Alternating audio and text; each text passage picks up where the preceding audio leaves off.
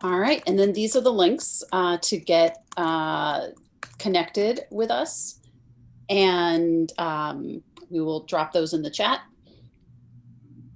Go to, and then here's where you can find us on social media. Come join us on Facebook and Twitter, and you'll see these live streams and other special guests and events on our YouTube channel. And we definitely could use some more Instagrammers. So if you spend time on Instagram, let us know so we can build that out too.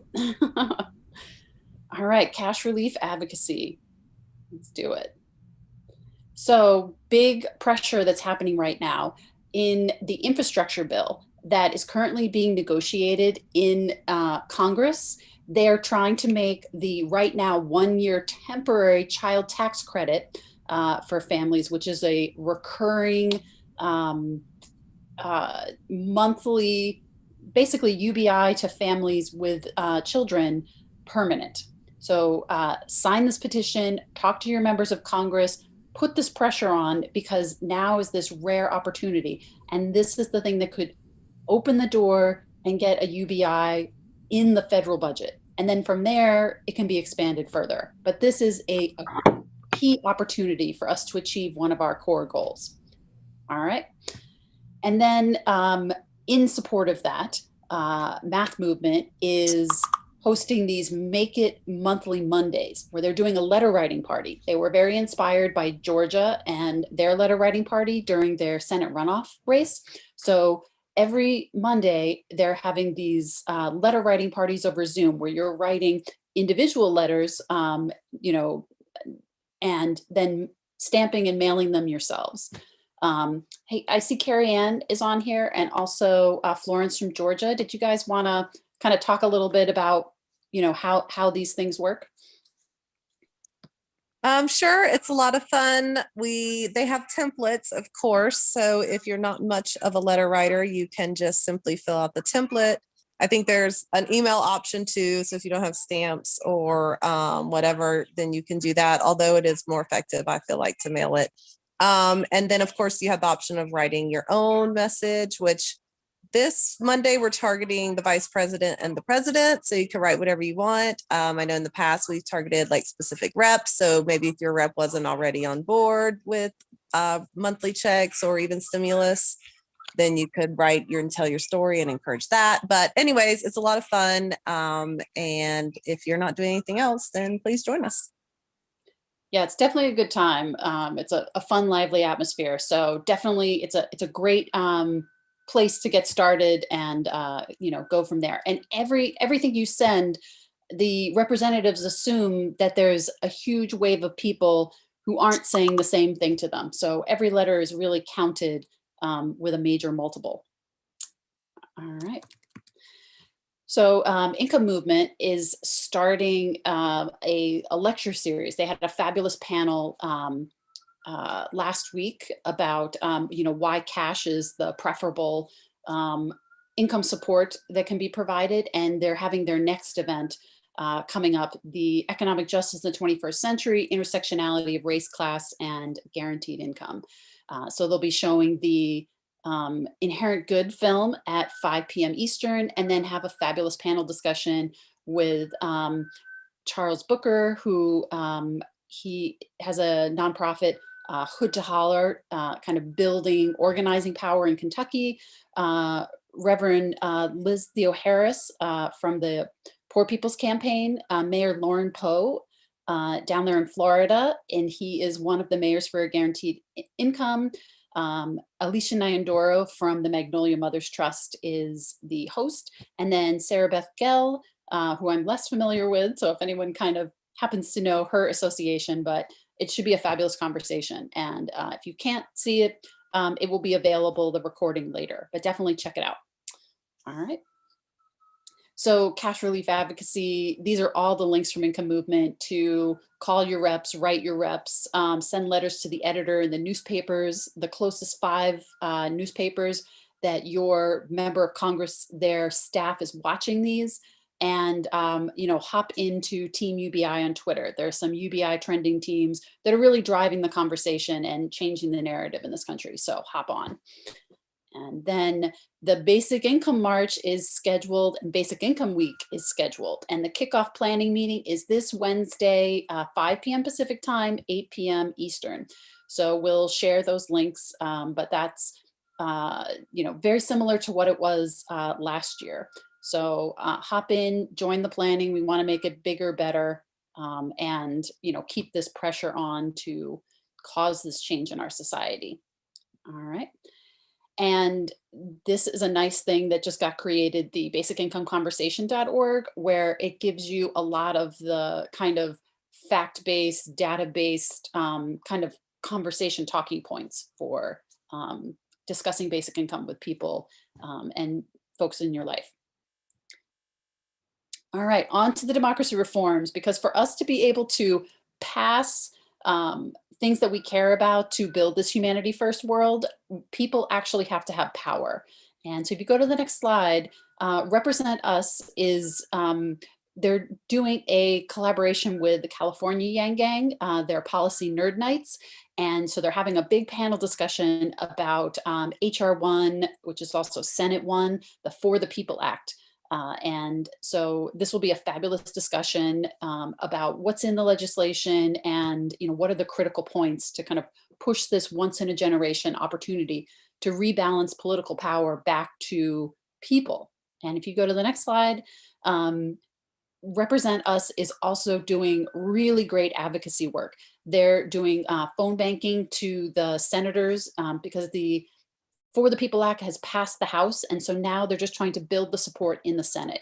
So there are regular weekly phone banks that are being run out of the Represent Us Slack, which is super well organized. So you can check out their events, and they also have text banking where they're texting their members to kind of bring them out into phone banks.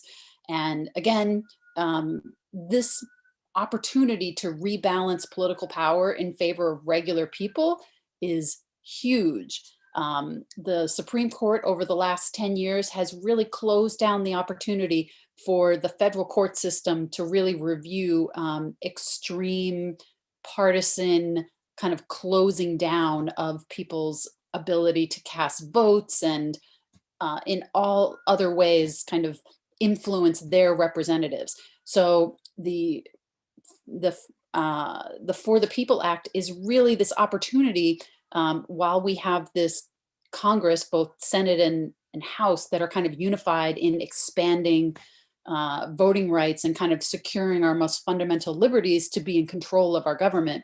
It's a rare window of opportunity. So for all the other policies we care about, these democracy reforms are the key levers that are going to allow us to do that work. So hop on in there and take advantage of all their great work.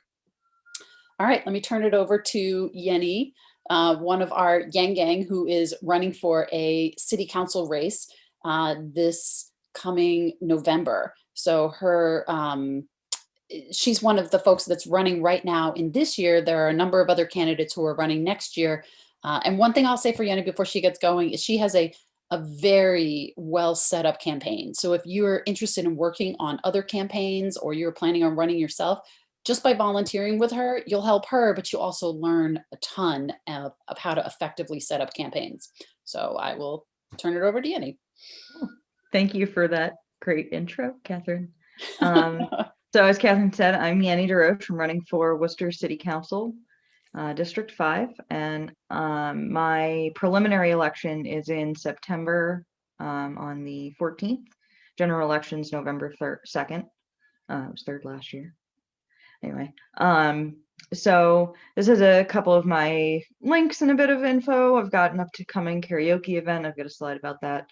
If you have any suggestions for events, comedy night went pretty well, thinking about repeating that, but also thinking about a dance night, open mic night, anything that you feel like you would want to attend as a fun event. Let me know what you think. I might be able to run it. Then I'm currently doing a listening tour. I'm going precinct by precinct, hosting listening sessions on Zoom that I'm inviting people to via phone banking.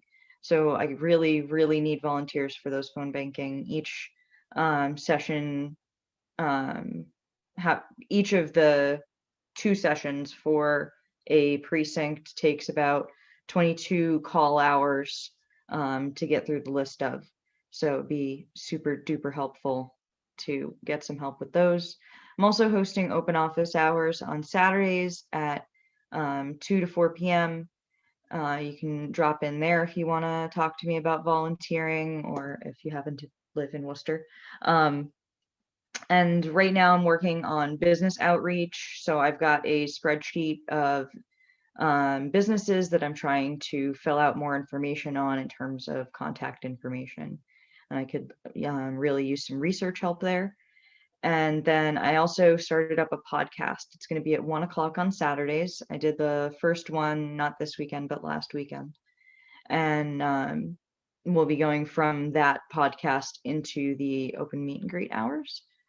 And the podcast is going to go over stuff that is happening in Worcester City Council wise each week, as well as if there's any major events in Worcester. So if you could go to the next slide. I've got phone banking windows on Zoom that I'm hosting a room from 3:30 to 5:30 Monday through Friday. And these are a little bit of information on the different teams that I really, really could use help with. There's on a small local campaign team, there's usually no paid staff. So I am really relying on volunteers stepping up, even if it's only 1 to 2 hours a week that you can provide. It would be immensely helpful for the research, writing, doing social media, even just being in my Twitter group and retweeting and liking my stuff when I share it to that group is very helpful.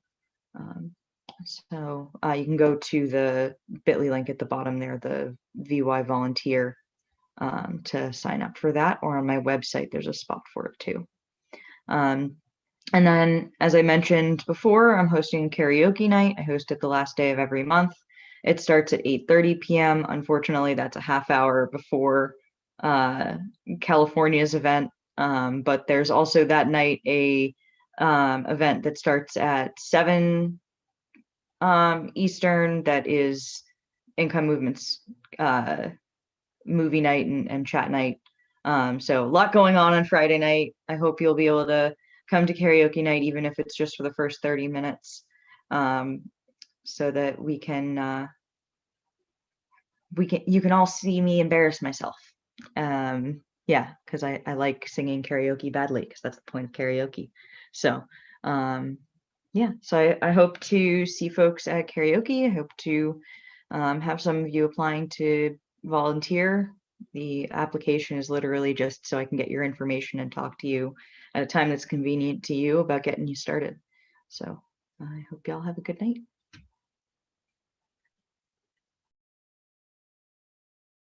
And just to say with Yenny, the core thing that we're doing there is phone banking for her is inviting constituents in her district to listening sessions. So it's really a lot of leaving messages with just a short like, hey, Yenny's running for District 5 City Council. She's having a listening event because she wants to hear what voters want City Council to be doing. And here's how you join. And message. So even if people don't attend, she gets credit for the fact that she invited them and wanted to hear from them. So the easiest phone banking ever. All right, now on to Andrew Yang, front runner for mayor of New York. They're in super crunch time because the key time is the June primary, because whoever wins the Democratic primary, that person is going to take the mayor. That's kind of politically how it shakes out in New York. So these next 2 months are critical. And, if Andrew Yang, being probably, if he became mayor, having one of the largest budgets, city budgets in the nation, to be able to join mayors for guaranteed income and really drive the conversation forward. There's a real sea change happening in this country. So, hop on Yang for New York, yangforny.com, sign up to volunteer. And the New York Yang Gang is kind of all folded in and is very organized and doing a lot of grassroots work. So hop in and help them, and they really want you to kind of be connected with them, because it's a ranked choice voting situation. So it's very key to not alienate the supporters of other candidates, because Andrew needs to pick up second and third votes. And actually, Ching, you're in New York City, right? Do you want to kind of speak a little bit to the volunteering for Andrew Yang, if you would, Yeah, for a few minutes? yeah. I just attended a 6 o'clock training. They do training really frequently. This is probably the third or fourth training I have been. So today they went through all kind of a scenario we can help, including phone banking, knock on doors, and yeah, we've been, just go on street. And Andrew Yang was in many locations. I saw him last week in Brooklyn, and then he's going to be in Brooklyn tomorrow again. And yesterday he was in Upper West Side. So I started to shoot more videos about him just recently, because before that I was just a little bit, not very comfortable because the COVID. But now I had second shots, so I feel more. I'm not afraid anymore. So yeah, so I think in New York, and also I just I have a bad habit now, which is go on Clubhouse a lot. Hannah also probably knows that, and so I just set a Clubhouse club for the mayor. It's called Race for New York City Mayor. So our intent is to sit there and hopefully some people come into our room, talk to us. Not necessarily we want to just have Yangan to hand. It's Yangan try to influence other people. So we're gonna do at least once a week, if not twice a week. So the first time it's gonna be this Thursday, at 8 p.m. So if you guys are available on Thursday, so please come on to Clubhouse and join us. Just to look for a room and race for NYC mayor. And please look for me. If you follow me, then you'll know all the things going on. My name on Clubhouse is Ching Juhl. And speaking about Clubhouse, I see Hannah is here. Did you want to kind of unmute and talk a little bit about the Clubhouse advocacy, and then maybe a little bit about the North American Basic Income Guarantee Conference? Yeah, Income Movement was starting to, they do have a club on Clubhouse called Basic Income Community.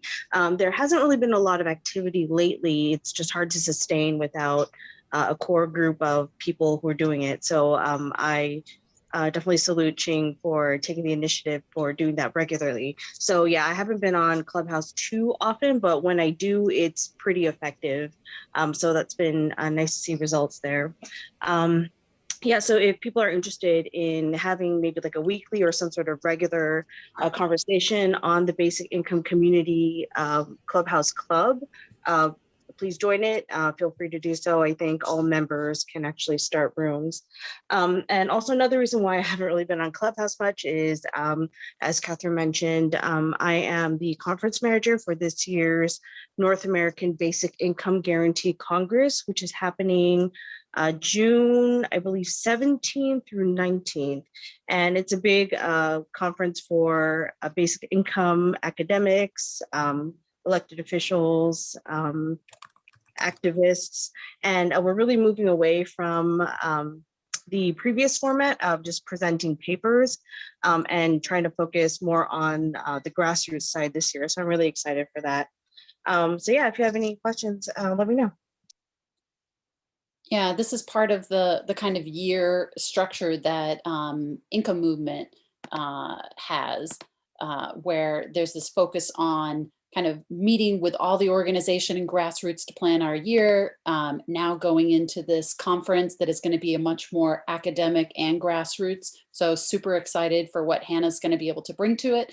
And then going into the Basic Income March that happens in September. And so through those kind of three poles of the of the year, we're kind of building our movements and building our political power and connecting this whole web of organizations and Americans, and probably the North American Basic Income Guarantee Congress is part of the Canada and US organizations relationship, but we're also seeing all of these other nations as well coming together to kind of force this conversation in their country. So very, very exciting. So look forward to that in June. All right. So now we come to our first presentation. Angelo, I don't know if you can open his slides. Yeah, the link should work.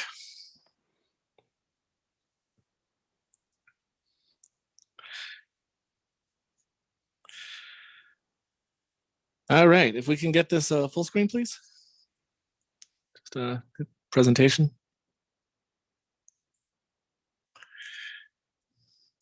All right, thank you very much. All right, so thank you for the wonderful intro, Catherine. I wanted to ask, how many people here are familiar with press kits? Put 1 in the chat if you are familiar with a press kit. Give us like a second.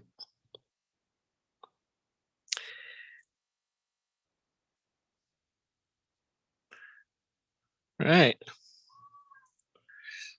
Looks like at least a few of you are familiar with press kits. Excellent. So this is going to be a nice refresher for you and for everyone else watching that are not familiar with press kits. You're going to enjoy this. All right. So next slide, please. So what you will learn today, hit spacebar. You're going to learn what is a press kit, what are they for, why do you need them, how to make them, and especially how to use them. So let's just jump right into it. What is a press kit? A press kit is a publicity tool that will contain everything a media outlet needs to be able to promote you. This should be viewed as your business card, your resume, and your first impression, which is why it is highly important to have a press kit on hand and to really take your time with this. All right, next slide. What are they used for? So a press kit typically is used by the media outlet to actually pull all of your information off of there. Typically, this is your introduction to most media outlets. You will send them your press kit, and this is your first introduction to them. So everything in your press kit is something that they will be able to pull from you. That means your policy information, your images, any background information, quotes, or achievements, which I'll go into a little bit more in detail here in a moment. So next slide, please. Why do you need a press kit? Now, there's a lot of information on here, but I'll just sum it up. Without a press kit, you cannot get media attention without doing something drastic, which is not necessarily going to get you good media attention. So your press kit is basically what the media is going to use when running your story, announcing who you are. These are typically paired with other documents that I will talk about here in a moment. So next slide, please. How to make a press kit. So you're going to need a cover page, a quick introduction of who you are as a person, an introduction to you as a candidate, any accomplishments or endorsements you may have, your top policies, typically your top 3 policies, a link to your website and other social media, and how to contact your campaign and specifically who to contact on your campaign. If you have a media manager, it would typically be that person. All right, we do have an example here of David Kim's press kit, which I'd like to just go through very quickly. Just run through all the slides so you can kind of get a visual of what I'm talking about here. And then we'll come back to this. So on the David Kim press kit, which I helped create, you have your cover page, which basically just announces who you are. You introduce yourself on who is, yourself, who you are. Then you go down to who you are professionally, what you're running for, which is, And then a little bit of backstory about you. That's what's on the screen here, which is your accomplishments, who you've worked with, sort of building up your resume. And you can just skip through the next one's pretty much a continuation.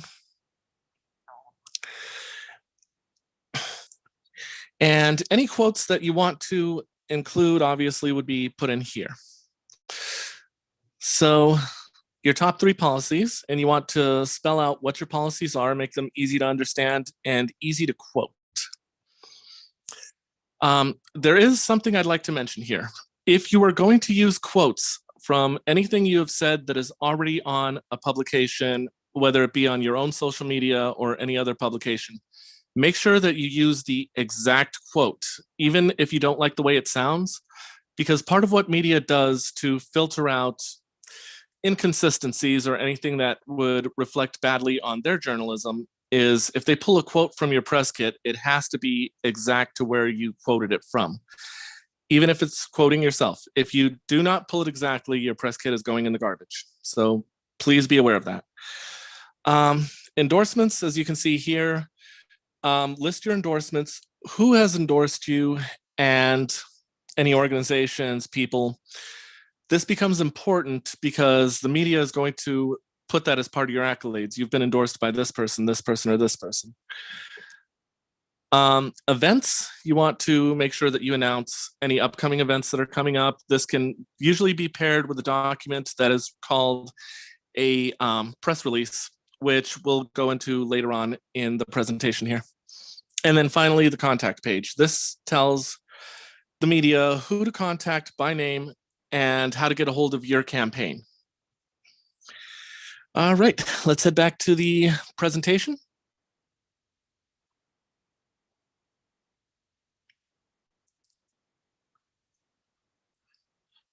All right, so your press release should include some very important things. When you include images, make sure that it is a larger image that you need that you can shrink down. So this way, the media can actually pull those images and adjust them as needed. Check with your local media. Typically, they will ask for your press kit in a PDF format. So, but not always. So make sure that you find out exactly who it is. Now, who you send the press kit to is going to be very important, which we'll cover on the next slide. So, for candidates especially, you are going to be sending your press kit to the political editor. And it is very important that you send it to the right person because, again, most media outlets receive tons of emails. If it's sent to the wrong person, they're probably not going to respond. It's just going to go in the trash. You want to send it to the political editor because they're the ones that actually write the stories that go on the news. And they are also the ones that receive press kits and other information and actually communicate with the campaign. This is typically not done by the journalists or other members of the media staff. It is usually just the political editor. So make sure when planning your press kit, you send it specifically to your political editor of the chosen media that you have. If you cannot find this information, contact your local media station, and you can actually request an email or contact to their political editor, and they'll usually be happy to provide that information. All right, next slide. So as I said, your press kit is often paired with a press release. Typically, this is a very standard format, which you can see up on your screen here. Now, a press release, you can actually pick the date that you want this to be announced. I would recommend at least giving them 2 weeks advance notice so that they have time to plan your story and put this in and give it enough time. With your press release, if you're just starting out, you've just announced your candidacy, this is the best way to get the media's attention by sending your press kit and press release announcing your candidacy to all the local media stations that you can find. So a lot of prep work here is highly, highly recommended because it's going to be paying dividends in the long run. All right, next page. So your press kit is a living document and should be constantly updated. What I mean by this is when you have new endorsements, new information comes up, something has changed with your campaign, or you've hit a milestone, all of that should be reflected in your press kit. So this is a document you are going to be updating frequently. It is also going to be a document that you are going to use most frequently. This document is, as I said, basically your business card, your resume. This is going to be given to everyone that you meet. So being prepared and having this on hand and making sure that it is up to date is highly, highly important. All right, next slide. And questions. I know we don't have time for a Q&A, so I will be sticking around after when this turns into a hang, and you can ask as many questions as you like. Thank you again to HFM for allowing me this opportunity. And you can definitely drop questions in the chat as well, and that way we'll kind of collect them and get them answered. And I'd like to introduce Ching Juhl, and if we can stop the screen share so we can kind of have people. And let's see, Ching, if you just wanted to introduce yourself and kind of speak a little bit about what you're working on now and your background as a filmmaker, and then we can watch the 2-minute trailer of the film you're currently deeply involved in. Great. Okay. Can you hear me? Yeah, okay. I think I unmuted. Yeah. So hi, I'm Ching.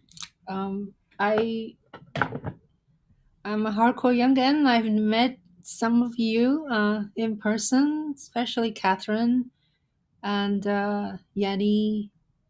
And I think I met Hannah on Facebook a couple of times. So yeah, I was a concert violist and musician, but have been fiddle around video camera since late 80s, and then finally became more and more serious about making videos and making films. So made a couple of shorts and followed Andrew Yan, gradually became Young Yan.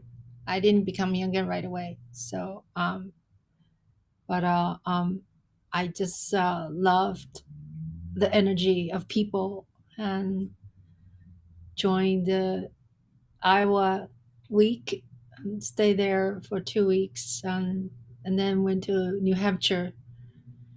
I was going to there for 1 weekend, but then when I got to Jack's house and stayed there for 3 weeks until the primary. So I made this 80 minutes piece of documentary, and now it's being accepted. The film was accepted by 7 film festivals and won award in Rome. Anywhere else, so Rome International Film Festival awarded us. I feel like this is our film. It's not just my film. The best feature documentary. So I really would like to have more people to see it. I think it can be a inspirational piece for other people who have not involved in political cause or volunteer work. I just think young guns are so amazing in the film. but there's a but I I gradually realize Andrew Yang current campaign does not really want to talk about his past. So, which I understand. Yeah. So, but I still think it's a good film to show because it's about Andrew Yang and his Yangan, right? Without Andrew Yang, there will be no Yangan. So yeah. So I'm just gonna say this much. I look forward you to ask me questions. So maybe we can watch the trailer. I have two trailers. One is 1 minute. One is 2 minute and 30 seconds. Yep, I think Megan can share the trailer.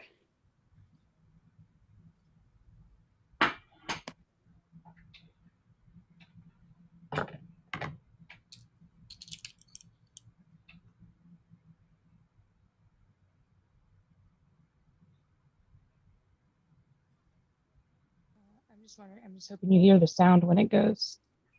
What is going on? You just yeah. I have to make Oh, on YouTube. oh, you have to hit when you screen share. You I have to did make share sure that you're sound. sharing sound. Yeah, I Oh, clicked okay. that. I just don't hear it. Oh, you're like muted when I did that. Okay, here. All right, that works. A closing statement that was perfectly crafted, got to his main stuff, and told you why he's different and why that's good and why it goes to the question of electability. Andrew Yang. I am that candidate. I can build a much broader coalition to beat Donald Trump. It is not left. It is not right. It is forward. And that is where I'll take the country in 2020.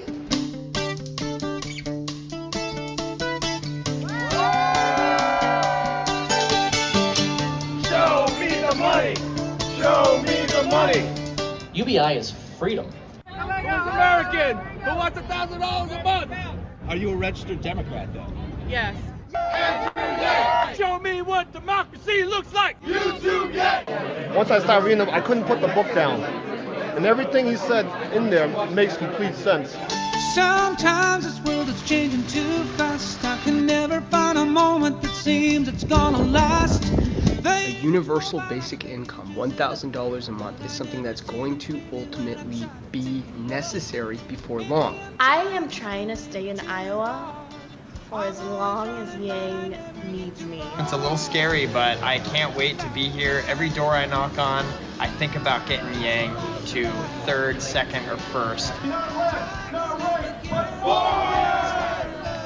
We want Yang! Let him in! Yes! That's Israel. He keeps walking to another house to knock on doors to spread the word of Andrew Yang. Intense. Yeah. Woman is like, you get off my fucking property. You have no right being on my fucking property. You Chinese people go back to fucking China. All three of us have different candidates we're looking to support. Oh, okay. Unfortunately, Andrew Yang's not one of them. We want Yang! Tomorrow is a big day. Primaries in New Hampshire. We're going to see if we can actually pick up some people, take them to the polls. You voted for Andrew Yang. I am a little heartbroken. This is not the end. If I had $1,000, it's about time.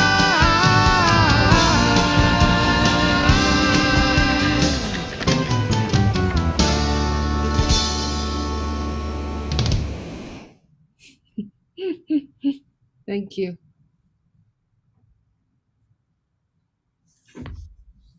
All right. So I'll ask the first question, but everyone else raise your little Zoom hands and let's go. So where can we see the film? Good question. I had it a sort of a premiere / private premiere on January 4th on Juhl Media channel. I have a very serious YouTube channel. So it was opened to a lot of young guns. So more than 700 people viewed that day and maybe within the next 3 weeks. Then I have to put it into a unlisted because when I apply for film festivals, they do not want you to have the film floating around on internet. So I could not do that. So the good question is, I actually want to have another view if someone can help me because I tried many ways. You can see right now, you play this movie right now, right? It's spotty through the Zoom. It's not smooth. So I wanted to find out which way can be smooth so we can view it. Uh, but still it should be a not a public event just because the film I'm still waiting for film festival to answer whether I get in or not. So that process is gonna be, yeah. And then another way of viewing it is just through film festival. International Film Festival of Manhattan is going to view this film next month in May. So I don't know exactly which day, but I can tell people. So people just have to spend a little bit of money, like $10 or something, and to see the film. But my initially wish is to having a screen and then having people pay $10 for each and then donate the money to Andrew Yang campaign. Yeah, we're definitely happy to help make a screening happen, or just happy to promote the film festivals that you'll be kind of rotating through. Mm-hmm. All right, I see the next question coming up for Megan. You want to jump in? Oh, just looking at that and realizing like traveling around, I'm so curious, like how much footage did you really have that how did you manage like sifting through all of that? I imagine it was very overwhelming. Yeah, it is. Thank you for the question, Megan. Thank you, Catherine. Yeah, I first of all, I want to tell you that I did not intend to make a documentary.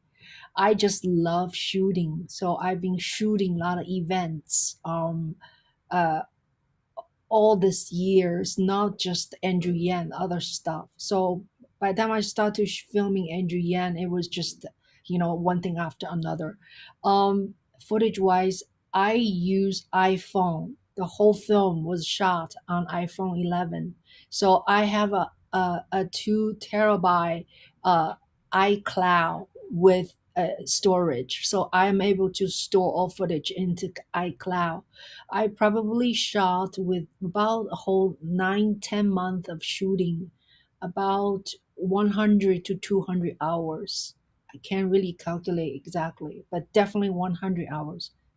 Yeah, so it was a lot of work.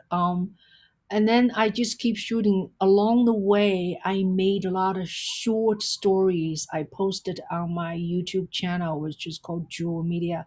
And then Andrew Yan suspended his campaign on February 11th. I had no idea. I was not prepared this was happening. I was just in a denial. Even I was in New Hampshire for 3 weeks. I didn't see a sign of him quitting. And actually thinking back, if I were smart enough, I knew he would be quitting because they already start to lay off people even a week before his primary.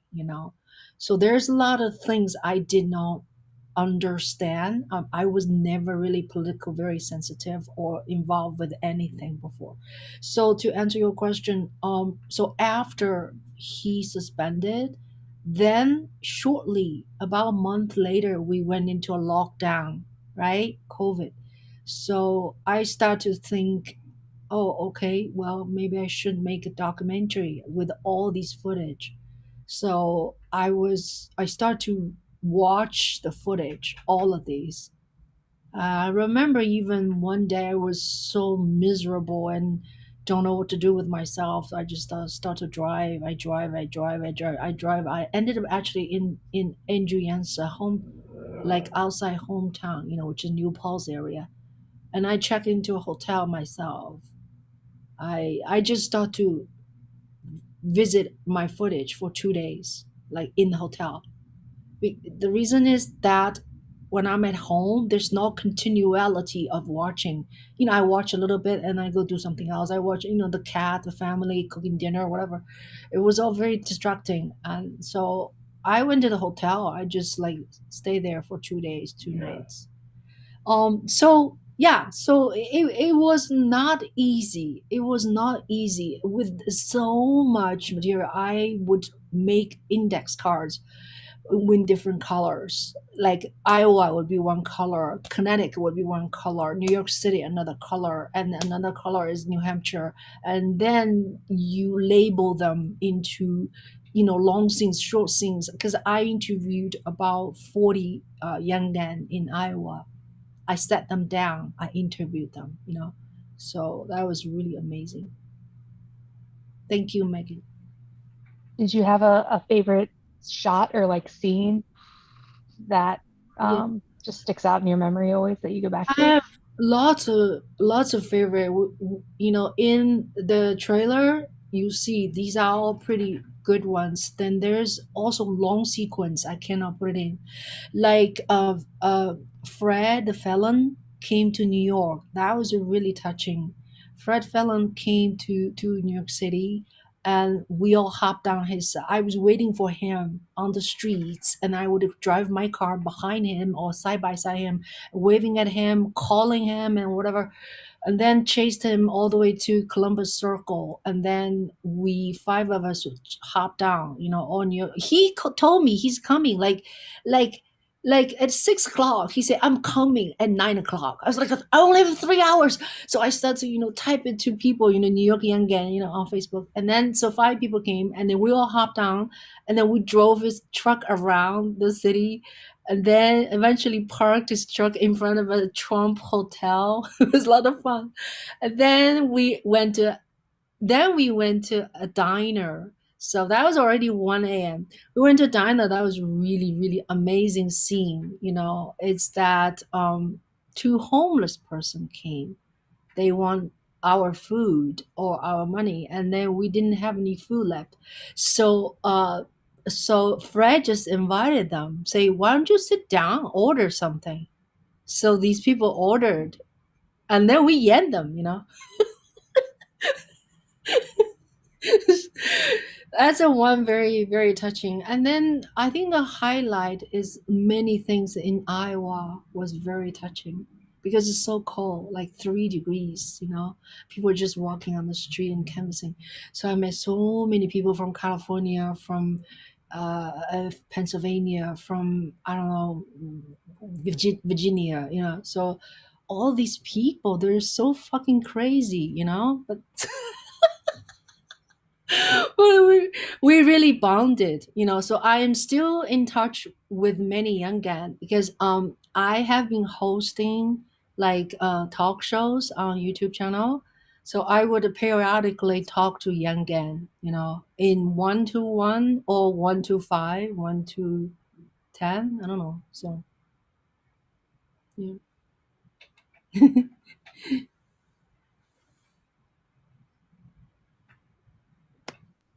I believe Angelo has a question next. I mean, I could keep going, but I'll let him go. I was going to ask, when going through the footage to create this documentary and edit everything, did you find yourself getting re-inspired by reliving all that energy that was going on during the campaign? Yeah, definitely.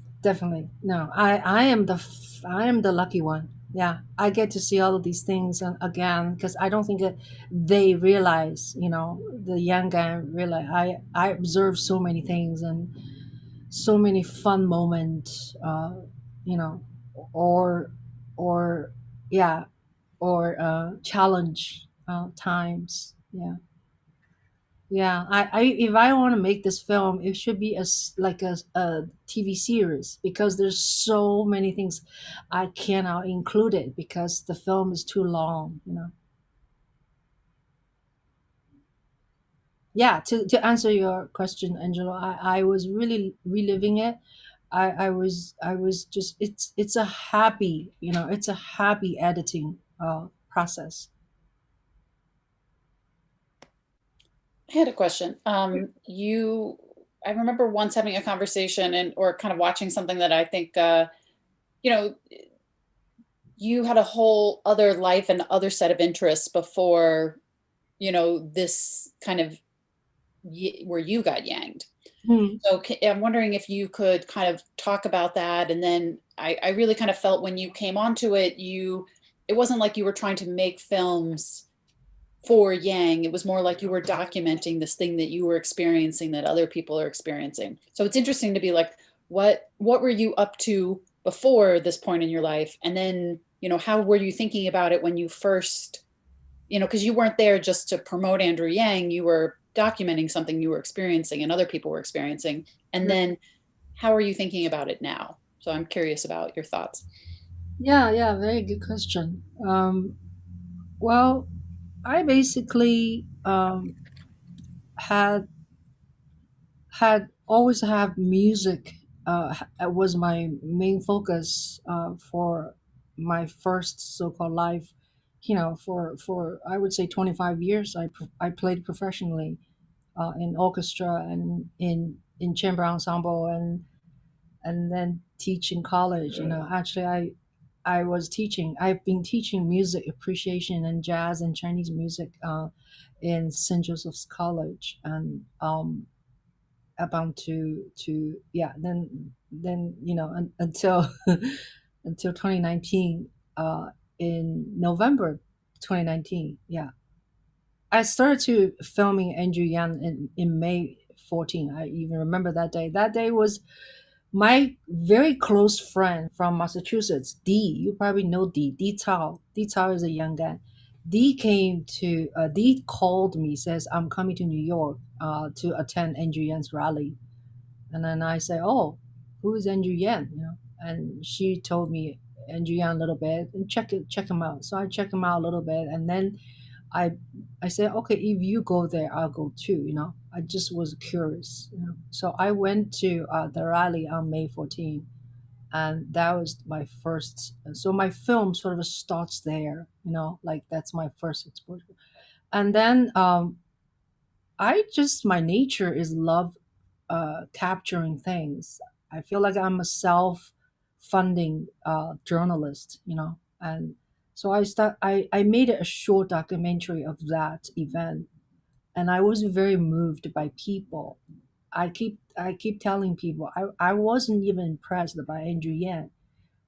There's nothing really impressed me. He was on the stage looking like a really stiff. I was like, who is this guy? Like he was looking really stiff. I mean, I just didn't like the way he looks. He now looks so natural. He now looks so lovely. But that day, I was not impressed by him. So, but I turn around, I see so many people, black, brown, young, old, mostly young people.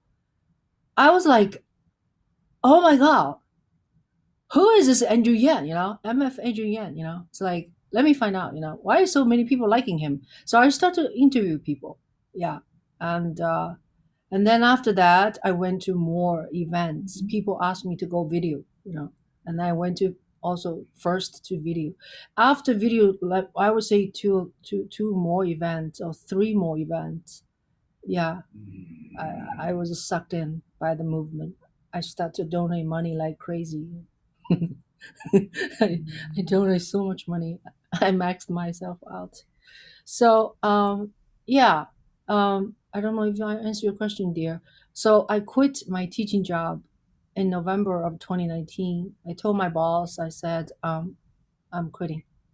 My boss said, why don't you just take a semester off? Okay, all right, whatever. So anyway, after that, the COVID came, so I can't take semester off. I haven't been back. Yeah. And then now that, what is it that what are the threads that you're following now? What is it? Oh yeah. I feel like I mean, I could do a lot of things for Yan because I'm in New York City, right? I did collecting signature. I collected about 70 signature for him. Uh, Feeling like an idiot, on the street, but I did it. It was hard, it's very cold. I also do sort of a media things. I continue. I must have done 30 to 35 Yangan related YouTube interviews from within from last year. So average, I probably do two two interviews, and I'm thinking I'm gonna do more. So I just interviewed three Yangan, Richard Ojeda, uh, and Jamie Grass, and Boyce Littlefield. They're all uh, they're all veterans, so they're all young then. So they talk about NGN a lot, so it's great. So I want to host more of these, maybe once a week, and then once a week I'll do Clubhouse to talk about NGN. I already talked once, I believe. Yeah, Hannah came also. So Hannah was kicking ass, so Hannah was great. um yeah, so I will do that, and then I have been filming NGN more now, so I will just keep filming him whenever I feel like. I know his schedule. I have a pass. I'm a New York City police press pass holder, so I can go to a lot of press events. So that now I had two shots, so I'm not so afraid of going out. So I think I can do something in terms of media and um, or other volunteer stuff. Yeah. So I will do it. I'm just a little burned out a little bit. I'll tell you the truth, but I will do it. Yeah. Well, thank you for pushing yourself all the way through that burnout. that's tough, but then definitely take care of yourself. Yeah, I'm looking to see if there's any other questions that folks have. Ooh, I see a hand from Keith. Hey, yeah, thanks for stopping by. I was just gonna ask, I'd be curious to know if you've gotten a chance to maybe hear from some folks in New York City that maybe weren't Yang Gang during the presidential run, but like I'm curious what the general sentiment there of folks is who maybe weren't Yang Gang during the presidential run, but if you've gotten a chance to hear what folks' thoughts are now. You mean hearing regular people or hearing Yangan? Sorry. Folks that aren't Yang Gang, Oh, but are kind of learning more through his mayoral run about him. yeah. Well, most of the people I associate with these days, most of my friends, people I know, or neighbors, or people just sort of of them, not necessarily good close friends.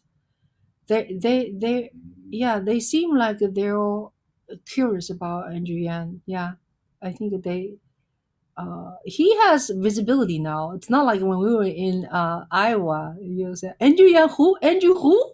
People like nobody really knows him, and so now he's very. People would stop me now because I did a lot of sort of a promotion like with my film in my neighborhood. I live in a co-op with 1,000 families. We all have emails contact, and they also wrote a press actually about Andrew Yan Yangan about the film. Although they didn't really see the film, I didn't show them, but they knew I am a supporter of Andrew Yan, so they would, like when they see me, they all would comment on, positivity, and on the street, same thing. I think Andrew is because the 2020 presidential run. He definitely is like a kind of like a celebrity in New York right now. Yeah. So I think to answer your question, I feel every day more and more, this positive vibe, from people knowing him. That's great. Thanks. You're welcome. Thank you. My question, taking us a little bit off the Yang Gang track, my curiosity is, do you have like a shorter, I know you said you're a little burnt out right now. Do you have like a dream topic that you might want to make another film about in the future that maybe isn't Yang Gang related, or maybe that is the idea, but do you have any plans for other work in the future, down the pipeline? Another work. Or like any like topics that you hope to explore or cover with Yeah. film? If I make another work, I probably would be something has to do with the music. That's my forte. I actually shot and produced a viola festival for Shanghai International Viola Festival. I shot for a whole week for them, uh, and made a 15 minutes and 1 hour, both version. So these two films, these two video, whatever you can call, they're not internationally distributed. Uh, so I would like to go back to talk to them to make the film better, and then hopefully they'll let me to distribute to, because the level of playing is incredible. So it's some people need to see that. So that's something I'm thinking of. Other than that, maybe I just keep shooting, like every week. Maybe I give myself like I shoot twice, two times, follow Andrew Yan, just see what happens. So that's another sort of a yeah, sort of a, not really a plan. I don't know, because if I just sit home doing nothing, um it gets really, yeah, very difficult for me to not to go, chase him. So yeah, I probably would do, but I'm not sure if I would do a film. Maybe just making videos. So thank you for asking. Looking forward to anything you create in the future. Yeah, just check my YouTube channel, Jewel Media. I want to be responsible that it's getting late where you are. Oh yeah. It's almost 10 o'clock. So I thank you guys to be here because it's an Oscar night. Mm-hmm. Yeah. You deserve an Oscar. Oh yeah. So we'll definitely kind of like try to wrap it up so you can take care of yourself, because I see that you're really extending yourself at this time. But one thing that it's not more like a question, but it's more having been working at the national level and supporting state efforts for a little while, and I've been actually very deep in with the Iowa Yang Gang as they've been launching a ranked choice voting organization that's really taking off. And then the Oregon Yang Gang, some of the core people from that founded a UBI specific organization, Income Movement, and they've been very successful. And then kind of what Hannah's working on, kind of converting this existing conference that had been very academic to more grassroots focused. It just seems like there's this whole community and set of issues and experiences, and kind of like how you talked about, just as you were having these conversations with people and why they were there and what motivated them. And, you have just such great conversations and footage. So I know that through June, you're engaged in this inquiry about Andrew Yang, the mayoral race, and kind of in that area. And then we'll definitely need to take care of yourself. But at some point, I'd love to have a conversation with you after all of that to see, if any of these other movement threads are of interest to you. Because for me personally, I think what's most exciting is, Andrew Yang had a special ability to engage with people who basically had written the political process off. And that was very unique. And other people are trying to replicate that, but to different levels of success. But to me, it's very interesting, these people who are, had not been politically involved being like, nope, I'm going to get into this. And it's such a, I don't know, it's very exciting for me to see that and to try to help foster that. So that's not even a question, but it was just a thought I wanted to share with you. Thank you, Catherine. Thank you. Great. And then Angelo, you want to lead us out the final one? Oh, I already asked it in chat. I was just going to ask, what are the chances of seeing a Ching Viola concert coming up? I need to practice first. I haven't been practicing. I do teach though. I teach privately. Yeah. But, Oh, wow. for playing concert, I need to practice. Thank you for asking.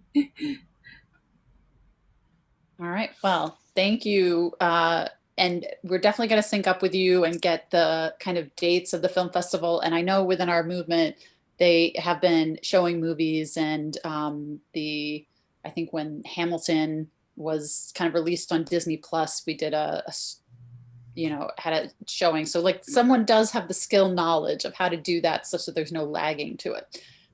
Somebody showed a movie called UBI movie. What is it called? Inherent Good. Inherent. Yeah. Yeah. We should figure out how they do that. That was really awesome. So I want to know how they do. How many of you, I'm curious, are on Clubhouse? Are you? I have a Clubhouse account, but I don't go on, I don't go on there as much as I used to. Oh, okay. But I do have one, so I pop up if I'm like pinged sometimes. Oh, okay. Yeah.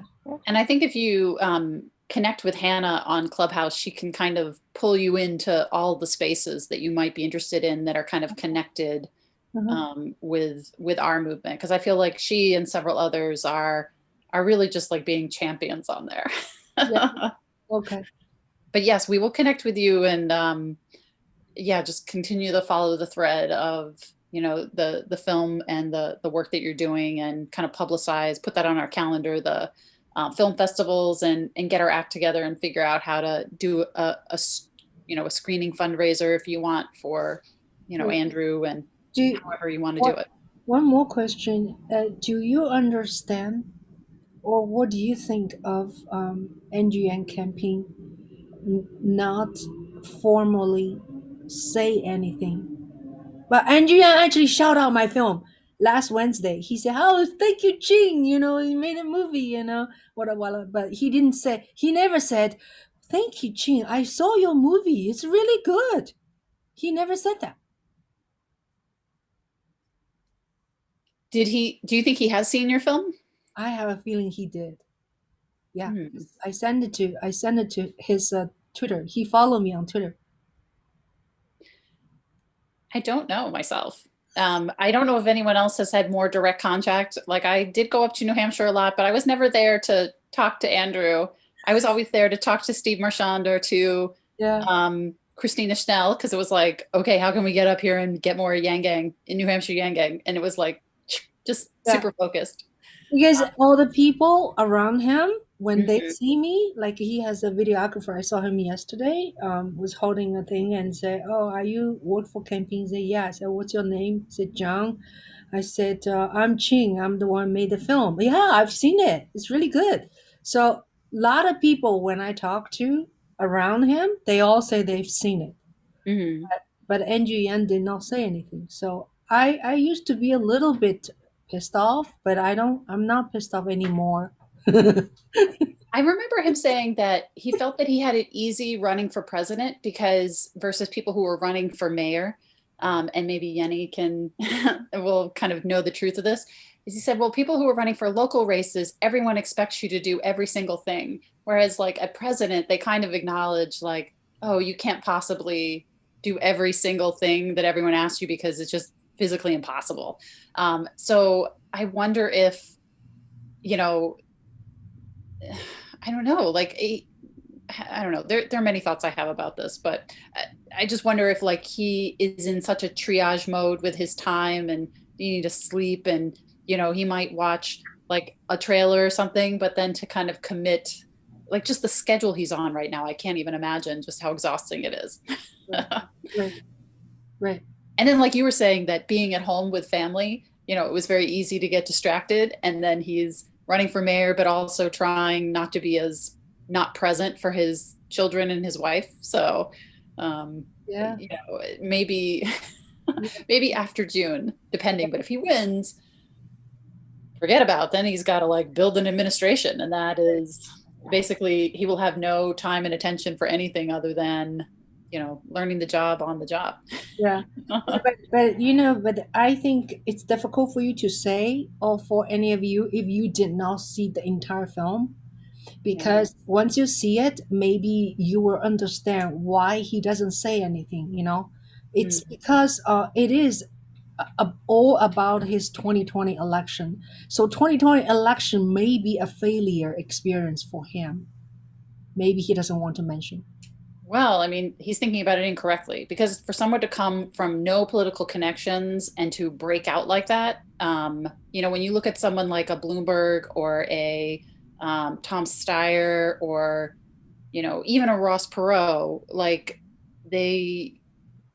these people had extraordinary resources, and, you know, and the way Andrew was able to join the national conversation and be like a significant player, it really took the media undermining him and really kind of keeping him from being taken seriously. Like more people would have been drawn to him, because he was just kind of speaking in the way people speak versus the way the game of politics is played. Like when you look at those debates, I mean, the format is terrible. Like watching the Poor People's campaign, or the presidential forum they did, where each individual candidate would come out, have a minute statement, sit down with the two reverends and the reporter. They would ask them the same set of questions, have about 8 minutes. Like that's a civilized conversation.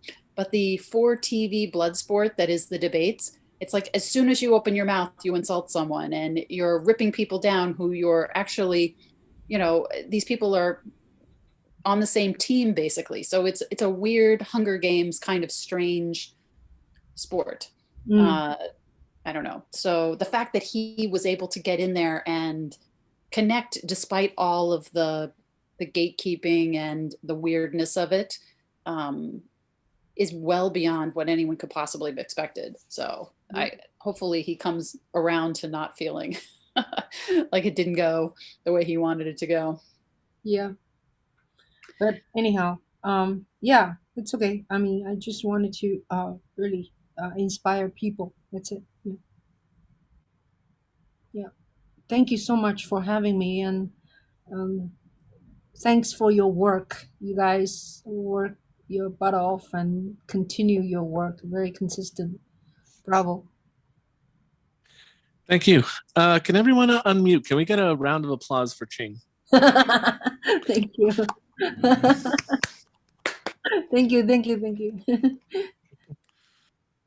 I'm not sure my mic picked up my applause. It was like in my headphones. There it is. Yep. I really appreciate it. All righty. Well, we're going to let you actually go because it is the 10 o'clock hour where you are. And okay. Okay. Great. Thank you so much.